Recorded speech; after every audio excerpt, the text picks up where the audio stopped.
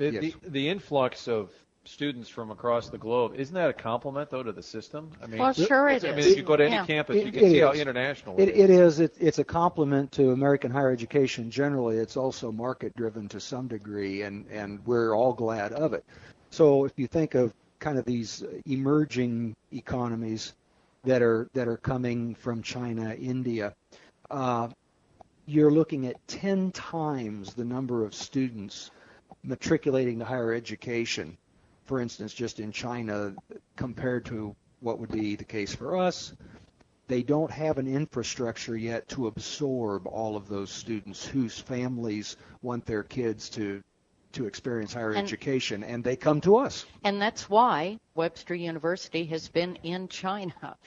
We're celebrating 100 years this year, so this is a big year for us. But we started offering international residential campuses in Europe in the 1970s.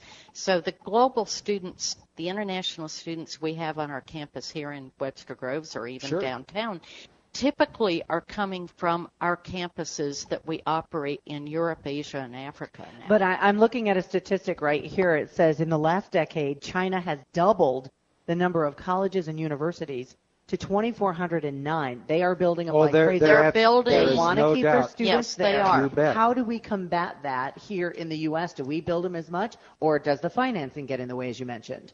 Well, what you see happening in China is this explosive growth of the higher education system to absorb the students with the rising middle class who want higher education. We went through that in the United States. It just happened to be about 50 years ago.